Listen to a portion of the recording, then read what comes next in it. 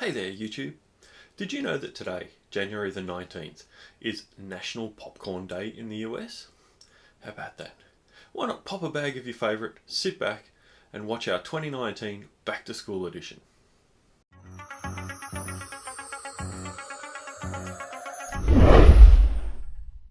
As it's nearly time for school to start, I thought I'd do a quick overview in this video of some of the technology used at various schools I know of. Some schools provide each student with a computer, which works great because they're all the same, parts are the same, everything's the same, but it costs a lot of money. Many schools have a closed BYOD system, bring your own device, where parents are given a range of options at different price points with various accessories. This is a great middle ground and helps people at various income levels. Other schools have an open BYOD where you can bring whatever device you like, and they may or may not offer any for sale through the school or its supplier. This makes management really difficult at the school, but it does mean if you already have a device, you can bring it along and the school will do the best they can to make it work for you, hopefully, eventually. If you don't have a choice, then welcome to your new device, whatever it is. If you do have a choice, I want to give you a few ideas that might make the decision easier for you. The first point is durability. Kids are, well, kids. Some are more careful than others, most are not very careful. A few extra dollars spent up front may mean a lot of money saved and a lot less time in for repairs. Cheap consumer grade computers and tablets are just that, cheap. They're built to a price point, not a level of quality. I'm not going to recommend specific models or anything here because this video would be out of date before I even get a chance to upload it. Suffice to say that Lenovo make tough computers, as do Apple to a lesser extent. Aesthetics can trump function in that case. Dell and HP tend to have good models and cheaper models, as do some of the smaller manufacturers. Cheap junk is cheap junk. As an indication, grab the sides and give it a bit of a twist. If it flexes, be wary. This Lenovo is tough and doesn't budge at all.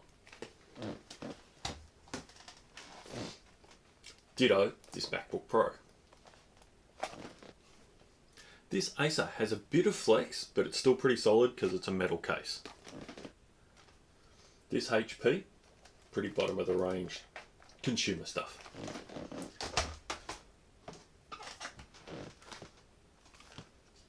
And this laser tablet, I feel like I could actually snap it in half with my hands. As far as software maintenance goes, if you have access to them, Chromebooks are awesome. There are some things you can't do on a Chromebook, but that's often a good thing, especially for keeping kids on track. Macs are really reliable software-wise, and as are all the tablets. Windows computers can have a few issues, though they're also the most general purpose of machines. Touchscreens. I'm not really a big fan of touchscreens on a laptop, especially for kids. It's just one more thing to go wrong and make screens even more expensive to replace. I almost never see anyone with a touchscreen laptop using the touch features on it. The reverse is not necessarily true though. Keyboards for iPads and Android tablets do get a bit of use, especially if you have to import a bunch of text. Typing on the screen just isn't that much fun. Speaking of tablets, put them in a case. Not a slip-in storage case, but an always-on plastic or rubber case, ideally with a cover or decent bumper at the front to protect the screen. Screen protectors, especially the glass ones, are great too. Make sure all the phones have a case too, ideally a flip one that covers the front. Laptop cases and backpacks.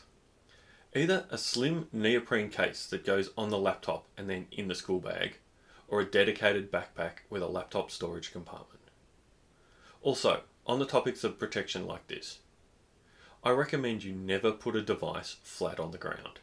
Not to charge it, to put it aside while you get off the floor, never. Stand it up. Either lean it against a wall or stand it slightly open on its edge like this. Any decent laptop should survive falling its own length, but very few survive any sort of decent impact on the top or the screen. I hope that was useful for you. If you have any popcorn left, there's some more of my videos here for you to watch. At the Tech Doctor Network, our goal is to help you navigate the technology maze. Come back every weekend for new videos, or subscribe and hit the notify bell to receive notifications when there's new ones out. I'm here to help. Thank you so much for watching. Have a great day.